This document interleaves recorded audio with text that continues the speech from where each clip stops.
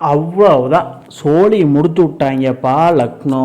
என்னம்மா ஒரு கம்பேக்கு லக்னோவுக்கு. சஞ்சய் கோயங்கா இனிமேல் வேறு மாதிரி பார்ப்பாரு நம்ம ரிசர்வ் பண்ணிட்டேன். இப்போ இந்த மேட்ச்சில் என்ன தான் நடக்குது, யார் யார் மோதுனாங்கன்னு பார்க்கலாம்.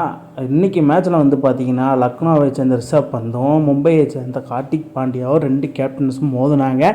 இந்த மேட்ச்சில் என்ன தான் சம்பவம் பண்ணியிருக்காங்கன்னு நம்ம பொறுத்திருந்தால் பார்க்கணும்.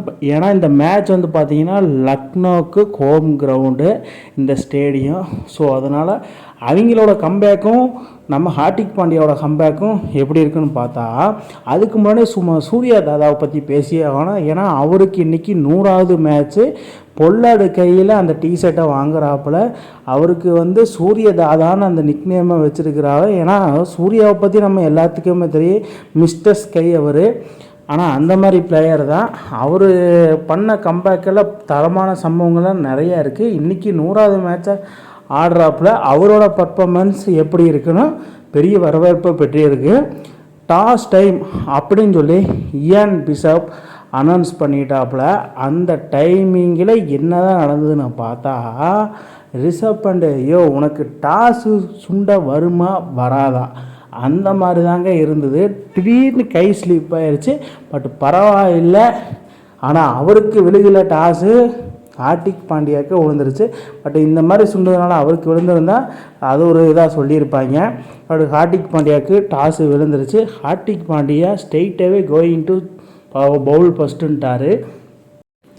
அதுக்கு அப்புறமா ஃபஸ்ட் இன்னிங்ஸை ஸ்டார்ட் பண்ண லக்னோ ஓப்பனர்ஸரான நம்ம மிட்டில் மார்ஸும் ஏடன் மார்க்கரும் என்னமா போட்டு பொழந்தாங்கய்யா. ஆஸ்திரேலியாவில் சேர்ந்த நம்ம மிட்டில் மார்ஸு ஓப்பனர் இறக்கி விட்டால் நம்மளால் கையிலேயே வெடிக்க முடியாது, போட்டு வெட்டு துட்டு தான்.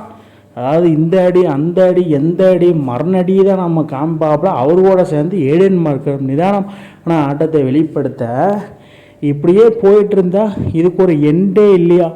பவர் பிளேலேயே வந்து பார்த்திங்கன்னா ஏடன் மார்க்கரும் போட்டு பொழக்கிறாப்புல, மிட்டில் மார்ஸும் போட்டு பொழக்கிறாப்புல. நம்ம ஏடன் மார்க்கரை பற்றி சொல்லியே ஆகணும். பல வருஷமாக கழித்து இந்த மேட்சை ஆடிக்கிறாப்புல. ரொம்ப நேரமாக ஒரு ஸ்டேடியத்தில் நின்ன மாதிரி காமிச்சிருக்கிறாப்புல நம்ம ஏடன் மார்க்கரம். இவரை பற்றி நம்ம சொல்லியே தான் ஆகணும். ஆனால் இவர் ஒரு 2 நிற்க அந்த எண்டில் மிட்டில் மார்ஸு மும்பை பவுலர்ஸுகளை போட்டு பொலன்னு பொழந்துட்டு இருந்தாப்புல.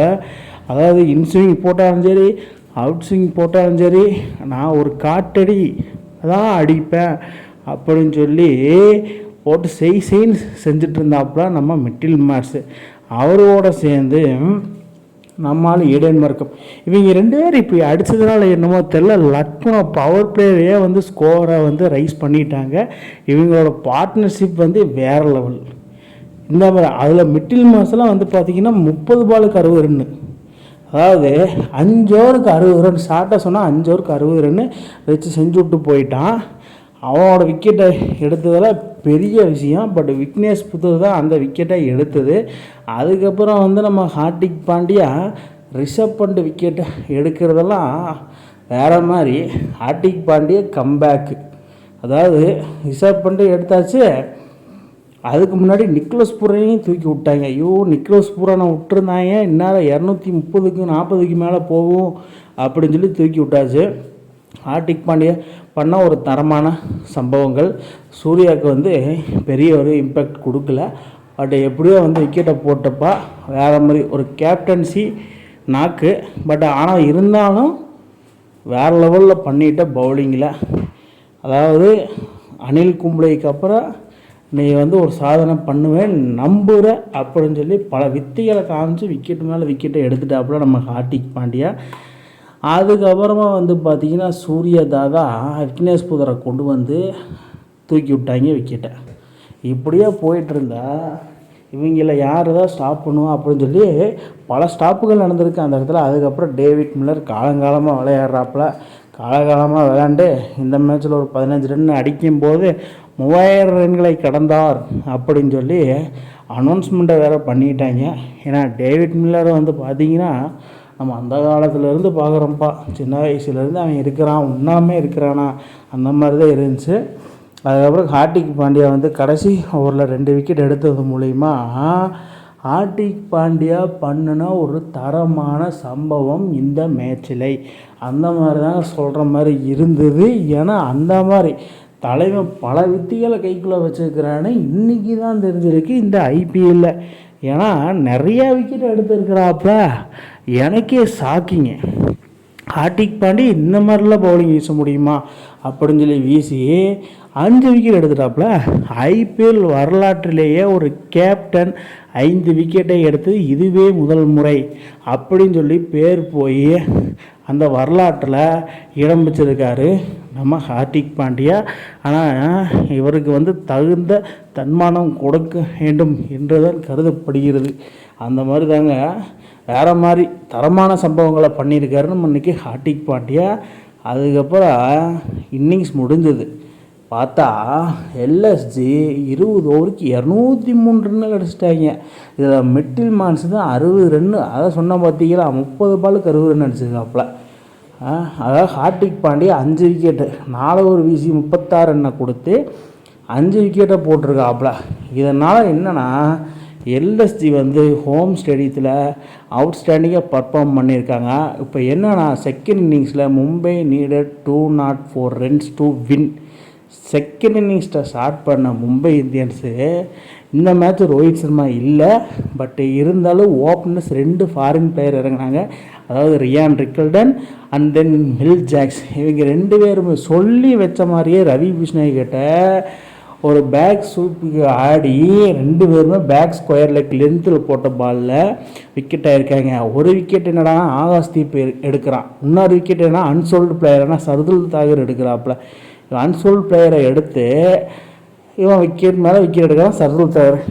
அதுக்கப்புறமா நமன் தீரை ப்ரொமோட் பண்ணாங்க. ஏன்னா காலங்காலமாக எல்எஸ்டிக்கோடு அடிக்கிற ஒரே பிளேயர்னால் நம்ம நமன் தீர் தான். என்னன்னு தெரியல, பட் அவங்களோட காதல் கதை என்னமோ தெரியல. பட் அதுக்கப்புறம் நமன் தீர் போட்டு பொழக்க கிட்டத்தட்ட 6 ஓவருக்கு ஒரு ஸ்டார்டிங்கான ரன்னு வந்துருச்சு. ஒரு 50 ரன்னு கிட்ட அடிச்சிட்டாங்க. நமன் தீர் போட்டு செய்ன்னு செஞ்சுட்டு இருந்தாப்புல ஒரு கட்டத்தில். அதுக்கப்புறமா அவர் வந்து அடிப்பார் ஃபினிஷ் பண்ணி கொடுப்பார்னு பார்த்தா பின்னாடியே வந்து பார்த்திங்கன்னா நம்மால் திக்விஷை கொண்டு வந்து போல் எடுத்துட்டாப்புல. அதாவது டைம் அவுட் முடிஞ்சதுமே ஒரு விக்கெட்டு ரிசர்வ் பண்ணிட்டு அப்பாடா இவனை முடிச்சு விட்டாங்கப்பா, அதுவே எனக்கு பெரிய நிம்மதி அப்படின்னு சொல்லி சொன்ன மாதிரி. அதுக்கப்புறம் சூரிய தாதா 100வது மேட்ச் இன்றைக்கி நான் யாருன்னு சொல்லி நான் காமிச்சே ஆவேன் அப்படின்னு சொல்லி சூர்யா மேலே எல்லாத்துக்குமே நம்பிக்கை இருக்கும் மும்பை ஃபேன்ஸுக்கு. பட் டீம் ஆகட்டும், டக் அவுட் ஆகும், ஓனர்ஸ் ஆகும், எல்லாமே சூர்யா தான். ஏன்னா இந்த மேட்ச் ரோஹித் சர்மா இல்லை, பின்னாடியே பாண்டியா இருந்தாலும் பட் சூர்யா மேலே தான் பெரிய ஒரு நம்பிக்கை. திலக் வர்மா எங்கடா அப்படின்னு சொல்லி பார்க்கும்போது திலக் வர்மா வந்துட்டான். யாருக்கு பொதுவாக நம்ம விக்னேஷ் பதருக்கு பொதுவாக இறங்கி சூர்யா அருமையாக ஆடி அவரோட 50யை பூர்த்தி பண்ணிட்டார். திலக் வர்மா அந்த இடத்துல நிற்க சூர்யா அடிக்க ஒரே கலைகச்சரமாக இருந்தது. பட் இருந்தாலும் சூர்யா 50 அடித்த கையோட ஸ்கோரிங் போர்டு ப்ரெஷர்னால் ரன்னு அடிக்கன்னு அடிச்சுட்டே இருந்தாப்புல. அடிச்சுட்டே இருந்தப்போ ஒரு மும்பைக்கு வந்து டக் அவுட்டில் பெரிய ஒரு நம்பிக்கை ஆயிடுச்சு சூர்யா அன்றைக்கி ஃபினிஷ் பண்ணி கொடுப்பாருன்ட்டு. அதுக்கப்புறமா வந்து பார்த்திங்கன்னா அதே ஸ்கோர் போர்டு ப்ரெஷர் 4 ஓவருக்கு 52. இதில் வந்து திலக் வர்மா சுத்தமாக ஆடலை. 18 பாலுக்கு 17 ரன். அவரும் கொஞ்சம் அடிச்சிருந்தனா சூர்யாவுக்கு வந்து அந்த ஸ்கோர் போர்டு ப்ரெஷர் இருக்காது. பட் அது இருந்தனால என்னமோ தெரில, ஒரு ரேம் ஷாட் ஆடியே ஆகணும் அப்படின்னு சொல்லி ஆடி தேவையில்லாமல் அவிஸ்கான் பால் வீசின பாலில் அவுட் ஆகி பெவிலியன் திரும்பிட்டார். இது மூலிமா என்னென்னா அதே அவிஸ்கான் ஃபைனல் டெத்தில் பால் வீசி மும்பையை தோக்கடிச்சார். பின்னாடி வந்து ஹார்திக் பாண்டியா பர்ஃபார்மன்ஸ் பண்ணினாலும் பட் மும்பை வந்து 12 ரன்னு வித்தியாசத்தில் லாஸ் பண்ணிட்டாங்க மேட்சை. இதுக்கு முக்கிய காரணமாக யாருன்னா நம்ம திலக் வர்மாவை தான் சொல்லணும். ஏன்னா திலக் வர்மா இந்த மாதிரி ஆடி நான் பார்த்ததே இல்லை, பட் யாரும் பார்த்துருக்க மாட்டீங்க. பட் இந்த டைம் அவருக்கு என்ன ஆச்சுன்னு தெரியல, இம்பேக்ட் பிளேயராக இறங்கி அவர் பர்ஃபார்மன்ஸ் சுத்தமாக பண்ணல, அதனால் மும்பை லாஸ் பண்ணிட்டாங்க. அந்த லாஸுக்கான ரிசல்ட்டை பாருங்கள். அதாவது லக்னோ வந்து பார்த்திங்கன்னா 203 ரன் அடித்தாங்க. மும்பை இந்தியன்ஸ் 191 ரன்ஸ் மட்டுமே அடிக்க முடிஞ்சது 20 ஓவருக்கு. இதனால் என்ன, ஹோம் ஸ்டேடியத்தில் சரியான கம்பேக்கை கொடுத்து லக்னோ நாங்களும் ஒரு டீமு தான்டா அப்படின்னு சொல்லி ப்ரூவ் பண்ணியிருக்காங்க. என்னன்னா, Lucknow super giants win by 12 runs. இதுதாங்க மேட்சோட முடிவு. இதன் மூலிமா என்னென்னா, இந்த 2 டீம்லேயுமே வேறமான தரமான சம்பவங்கள் இன்றைக்கி நடந்திருக்கு. இதே மாதிரி நம்ம சேனலில் சுவாரஸ்யமான வீடியோ வந்துகிட்டே இருக்கும். பட் இந்த 2 டீமோட கம்பேக்கு எப்படி இருந்தது மக்களே கீழே கமெண்ட் பாக்ஸில் கமெண்ட் பண்ணுங்கள். இந்த மாதிரி இன்ட்ரெஸ்டிங் கிரிக்கெட் வீடியோவை தெரிஞ்சுக்க நம்ம சேனலை சப்ஸ்கிரைப் பண்ணுங்கள், லைக் அண்ட் கமெண்ட் பண்ணுங்கள். மேலும் மேலும் உங்களுக்கு வீடியோ வந்துகிட்டே இருக்கும்.